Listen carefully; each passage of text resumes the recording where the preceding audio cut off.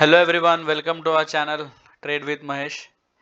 आज हम डिस्कस करेंगे कल हम क्या ट्रेड कर सकते हैं। उसके पहले हम जानेंगे कि आज इतना बड़ा फॉल क्यों आया। तो इसके तीन बड़े मेजर रीजंस थे। जैसे कि यूएस का जो जॉब डेटा है वो कहीं ना कहीं वीक हुआ है, तो इसकी वजह से यूएस में कहीं ना कहीं सोच है कि रिसेशन आ सकता है।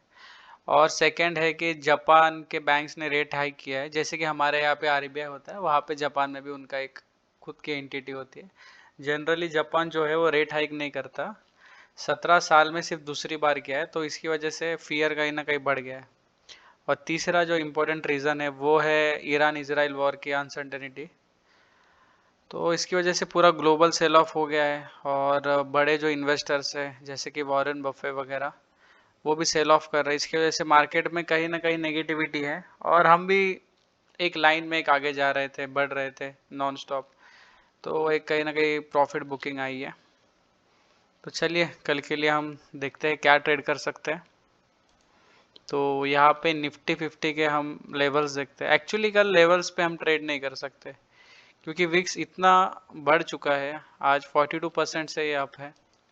तो कल हो सकता है कि एक बड़ा गैप डाउन हो या गैप अप भी हो, क्योंकि आज फेड शाम को फेड की मीटिंग भी होने वाली है, उससे समझेगा कि क्या हो सकता है।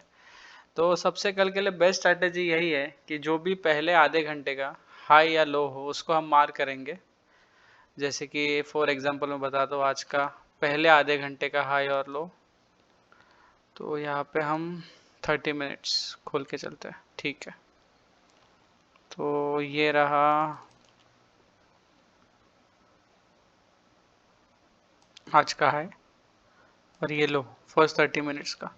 तो जिस भी साइड निफ्टी या बैंक निफ्टी दोनों भी ब्रेकआउट दे, वहाँ पे हम ट्रेड कर सकते हैं। अगर यहाँ से आगे गया, यहाँ से ऊपर गया, तो हम बुलिश साइड के ट्रेड ले सकते हैं। और अगर यहाँ से नीचे गिरा तो हम कहीं ना कहीं बियरिश साइड के ट्रेड ले सकते हैं।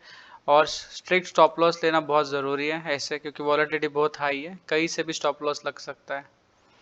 और दूसरा एक स्ट्रैटेजी हम यूज़ कर सकते हैं जो कि 20 EMA की। अगर शुरू से ही मार्केट बहुत ट्रेंडिंग हो कि एक ही साइड में चले जा रहा है, चले जा रहा है, या नीचे जा रहा है, तो हम 20 EMA का स्ट्रैटेजी यूज़ करते हैं। वो क्या है? अगर आप काइट यूज़ करते हो तो आपको से कुछ नहीं करना है। दूसरे भी टर्मिनल में सेम ही होता है।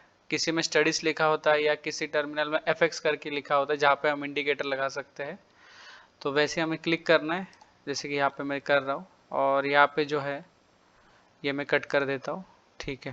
तो यहाँ पे हम सर्च करते हैं मूविंग एवरेज, ये रहा। और यहाँ पे हमें कुछ नहीं करना है, जो 50 होता है उसको हम 20 कर देंगे। और जो टाइप होता है ये सिंपल है, तो इसको एक्सपोनेंशियल कर देंगे और सेट कर देंगे। जैसे कि हम आज भी देख सकते हैं कि यूजफुल हुआ है। यहाँ पे एक ट्रेंड मार्केट ने पकड़ा था डाउन साइड, और एक बार ये 20 day moving average, exponential moving day average के यहाँ पे आया, यहाँ से एक अच्छा ट्रेड मिला।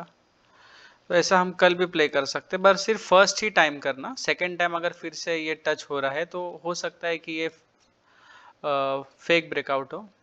तो हम एक्चुअली 20 हम कंटिन्यूशन पैटर्न के लिए कर, जैसे कि यहाँ पे बेयरिश ट्रेंड था। तो हमने यहाँ पे एक बार मार्केट ने टच किया 20 EMA को, वापस से यहाँ से रिवर्स हो चुका है।